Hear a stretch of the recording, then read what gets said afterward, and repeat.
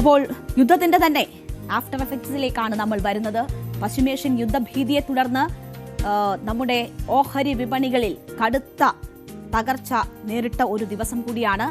രാവിലെ വലിയ രീതിയിൽ ആടിയുലയുകയായിരുന്നു ഇന്ത്യൻ ഓഹരി വിപണി. ഉച്ച കഴിഞ്ഞുള്ള വ്യാപാരത്തിലും ഇന്ത്യൻ ഓഹരി വിപണിയിൽ വൻ തകർച്ചയാണ് നേരിട്ടിട്ടുള്ളത്. രാവിലെ നേരിട്ടതിനേക്കാൾ വലിയ വിൽപ്പന സമ്മർദ്ദമാണ് ഉച്ചയ്ക്ക് ശേഷം ഇന്ത്യൻ വിപണിയിൽ ദൃശ്യമായത്. സെൻസെക്സ് 2496 പോയിന്റും നിഫ്റ്റി 775 പോയിന്റും ഇടിഞ്ഞിരിക്കുന്നു. ഗ്യാസ് പ്രതിസന്ധി അതിരൂക്ഷമായി തുടരുകയാണ് രാജ്യത്ത്.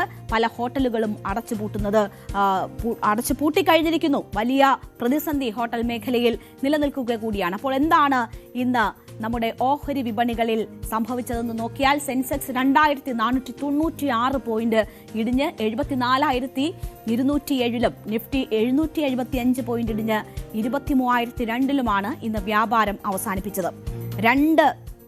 വിപണിയിലും 2.8% ഇടിവ് നേരിട്ടു. വിപണിയിലാകെയുള്ള ഓഹരികളിൽ ഭൂരിഭാഗവും നഷ്ടത്തിലാണ് വ്യാപാരം നടത്തിയത്. വിൽപ്പനക്കാരുടെ പൂർണ്ണ നിയന്ത്രണത്തിലായിരുന്നു ഈ വിപണി.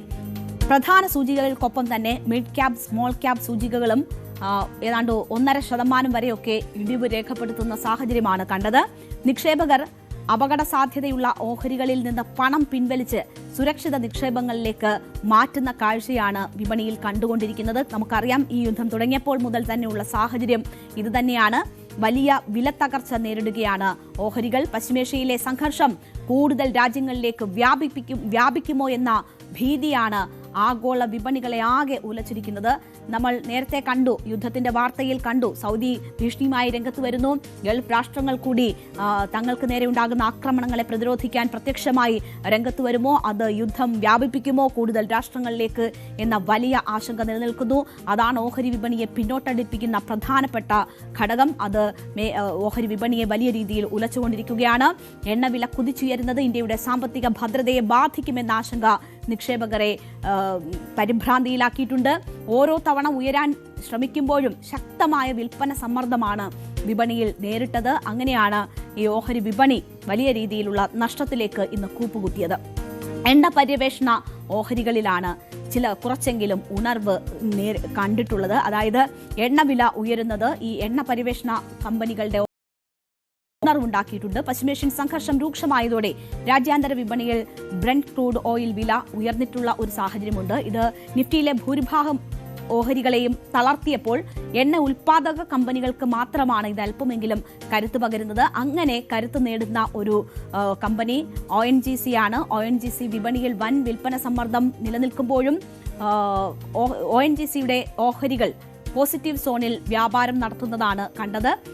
ഓഹരി വില 293 രൂപ എന്ന 52 ആഴ്ചത്തെ ഉയർന്ന നിലവാരത്തിലേക്ക് എത്തുന്നതും കണ്ടു. അതായത് എണ്ണവില ഉയരുന്നു. അപ്പോൾ ആ സാഹചര്യമാണ് എണ്ണ ഉൽപാദക കമ്പനികൾക്ക് ഗുണം നൽകുന്നത്. ക്രൂഡ് ഓയിൽ വില വർദ്ധിക്കുന്നത് ONGCയുടെ ഓരോ ബാരൽ എണ്ണയ്ക്കും ലഭിക്കുന്ന ലാഭം വർദ്ധിപ്പിക്കും. ഇത് കമ്പനിയുടെ വരുമാനത്തെയും മാർജിനെയും നേരിട്ട് തന്നെ മെച്ചപ്പെടുത്തുന്ന സാഹചര്യത്തിലാണ് അവിടെ വലിയ രീതിയിൽ ഈ ഓഹരി വില ഉയരുന്ന സാഹചര്യം ഉണ്ടായത്. അപ്പോൾ അതിന്റെ ഒരു ഗുണഭോക്താക്കളായി അവർ മാറുന്നതാണ് നമ്മൾ കാണുന്നത്. ഓയിൽ ഇന്ത്യ സെക്ടറിലെ മറ്റ് ഓഹരികളെ അപേക്ഷിച്ച് മികച്ച പ്രകടനമാണ് ഓയിൽ ഇന്ത്യയും കാഴ്ചവെക്കുന്നത്. വ്യാപാരത്തിന്റെ തുടക്കത്തിൽ ഓഹരി വില ഏകദേശം 4.5% മുതൽ 5% വരെ ഉയർന്ന് 550 രൂപ നിലവാരത്തിൽ വരെ എത്തി. ആഗോള എണ്ണ വിതരണ ശൃംഖലയിൽ തടസ്സങ്ങൾ ഉണ്ടാകുമെന്ന ഭീതി നിലനിൽക്കുമ്പോൾ ആഭ്യന്തര എണ്ണ ഉൽപാദകർക്കാണ് വലിയ അവസരം ഇത് നൽകുന്നത്. ആ ഒരു സാഹചര്യമാണ് ഓയിൽ ഇന്ത്യയുടെ ലാഭം അല്ലെങ്കിൽ ഓയിൽ ഇന്ത്യ കമ്പനിയുടെ ഓഹരിക്ക് വില കൂടുന്നതിനുള്ള സാഹചര്യം ഉണ്ടാക്കിയിരിക്കുന്നത്. അങ്ങനെ ഈ വലിയ കെടുതിയിലും വലിയ വീഴ്ചയിലും ഓഹരി വിപണിയിൽ ചില കമ്പനികൾ നേട്ടമുണ്ടാക്കുന്നതിന്റെ സാഹചര്യമാണ്. യുദ്ധം ചിലർക്കെങ്കിലും ആ രീതിയിൽ അനുകൂല സാഹചര്യങ്ങൾ സൃഷ്ടിക്കുന്നത് കൂടിയാണ് നമ്മൾ ഓഹരി വിപണിയിൽ നിന്ന് കണ്ടത്. എന്തായാലും രാജ്യത്ത് LPG വിതരണത്തിൽ വലിയ പ്രതിസന്ധി തുടരുക തന്നെയാണ്. കിട്ടാതായതോടെ അടച്ചും ഹോട്ടലുകളും തുറന്നു പ്രവർത്തിക്കാനാകാതെ തുടരുന്ന സാഹചര്യമാണ്. അത് ഓൺലൈൻ ഡെലിവറികളെ ബാധിച്ചിട്ടുണ്ട്. ആ മേഖലയിലാകെ ജോലി ചെയ്യുന്ന ആളുകൾക്ക് തൊഴിലില്ലാത്ത സാഹചര്യം സൃഷ്ടിച്ചിട്ടുണ്ട്. ഹോർമുസ് കടലിടുക്ക് വഴി കൂടുതൽ കപ്പലുകൾ എത്തിക്കുക എന്നുള്ള ശ്രമത്തിലാണ് ഇപ്പോൾ കേന്ദ്ര സർക്കാർ ഏർപ്പെട്ടിട്ടുള്ളത്. അതുകൊണ്ട് തന്നെ ആശങ്കപ്പെടേണ്ടുന്ന സാഹചര്യമില്ല എന്നതാണ് സർക്കാരിന്റെ ഭാഗമായിട്ടുള്ളവർ നൽകുന്ന നിർദ്ദേശങ്ങൾ. എങ്കിൽ പോലും യാഥാർത്ഥ്യം ഹോട്ടലുകൾ അടച്ചുപൂട്ടുന്നു എന്നത് തന്നെയാണ്. നിലവിലെ സംഘർഷങ്ങളുടെ പശ്ചാത്തലത്തിൽ കുവൈറ്റ് കിരീടാവകാശിയുമായി പ്രധാനമന്ത്രി നരേന്ദ്രമോദി സംസാരിച്ചു എന്ന വാർത്തയുണ്ട്. പക്ഷെ നമുക്കറിയാം ഗൾഫ് മേഖലയിൽ ആകെ വലിയ പ്രതിസന്ധി നിലനിൽക്കുകയാണ്. അവർക്ക് സഹായിക്കാൻ മനസ്സുണ്ടെങ്കിൽ പോലും അതൊക്കെ എത്ര സാധ്യമാകും എന്ന സാഹചര്യം നിലനിൽക്കുന്നുണ്ട്. ഹോർമുസ് കടലിടുക്ക് വഴി കൂടുതൽ സുരക്ഷിതമായ കപ്പൽ ഗതാഗതം ഉറപ്പുവരുത്താൻ പ്രധാനമന്ത്രി ആവശ്യപ്പെട്ടു എന്നതാണ് വിവരം.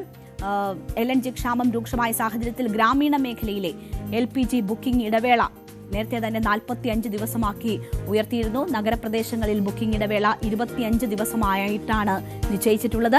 17 ദിവസമായിരുന്ന ബുക്കിംഗ് ഇടവേള നേരത്തെ 21 ദിവസമായി ദീർഘിപ്പിച്ചിരുന്നു. പശ്ചിമേഷ്യയിലെ യുദ്ധത്തിന്റെ പശ്ചാത്തലത്തിൽ കപ്പൽ സർവീസുകളുടെ കുറവ് മൂലം ഊർജ്ജ വിതരണ ശൃംഖലയിൽ ഉണ്ടാകുന്ന തടസ്സമാണ് പാചകവാതക ക്ഷാമത്തിന് ഇടയാക്കിയിരിക്കുന്നത്. അത് മറികടക്കാനുള്ള പലവിധത്തിലുള്ള ശ്രമങ്ങൾ രാജ്യം നടത്തുന്നുണ്ട്. നയതന്ത്ര തലത്തിൽ തന്നെ അത്തരം ഇടപെടലുകൾക്ക് ശ്രമിക്കുന്നുണ്ട്. അപ്പോഴും വലിയ പ്രതിസന്ധി നമ്മളെ സംബന്ധിച്ച് നിലനിൽക്കുന്നു. സിലിണ്ടർ വിതരണം പരിമിതപ്പെടുത്താൻ കേന്ദ്ര സർക്കാർ ഗ്യാസ് ഏജൻസികൾക്ക് നിർദ്ദേശം നൽകിയിരുന്നു. അതിന്റെ അടിസ്ഥാനത്തിലാണ് ഈ ക്രമീകരണങ്ങളൊക്കെ ഏർപ്പെടുത്തിയിരിക്കുന്നത്. അത് വലിയ ബുദ്ധിമുട്ട് വാണിജ്യ സിലിണ്ടറുകളുടെ വിതരണത്തിലൊക്കെ ഉണ്ടാക്കിയിട്ടുണ്ട്.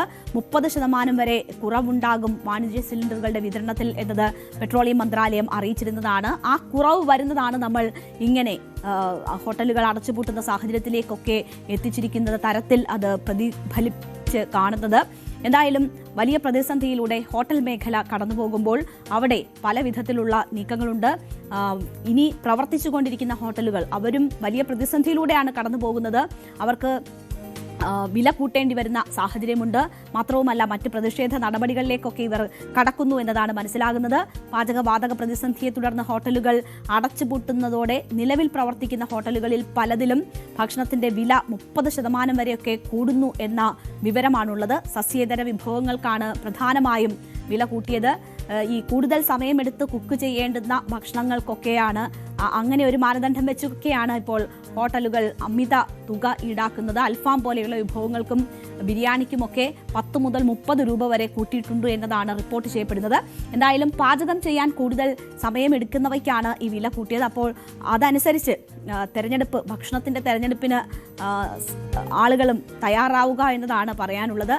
ചായയ്ക്കും പലഹാരങ്ങൾക്കും വില കൂട്ടിയിട്ടില്ല. ചില ഹോട്ടലുകളൊക്കെ ആണെങ്കിൽ ഈ ചായ കടി അങ്ങനെയൊക്കെയുള്ള ഭക്ഷണ സാധനങ്ങൾ ഉണ്ടാക്കുന്നത് തന്നെ നിർത്തിവെച്ചിരിക്കുന്ന ഒരു സാഹചര്യമാണ്. പിന്നെ കൂടുതൽ ഗ്യാസ് ഉപയോഗിച്ചുകൊണ്ടുള്ള അപ്പം, ദോശ തുടങ്ങിയുള്ള വിഭവങ്ങളൊക്കെ നേരത്തെ തന്നെ നിർത്തിവെച്ച ഹോട്ടലുകളുമൊക്കെ ഉണ്ട്. എന്തായാലും പ്രവർത്തന ചെലവ് കൂടിയതോടെയാണ് ഭക്ഷണത്തിനും വില കൂട്ടേണ്ടി വന്നതെന്നാണ് ഇപ്പോൾ ഹോട്ടൽ ആൻഡ് റെസ്റ്റോറൻറ്റ്സ് അസോസിയേഷൻ പ്രതിനിധികൾ ഇതിനെക്കുറിച്ച് പറയുന്നത്.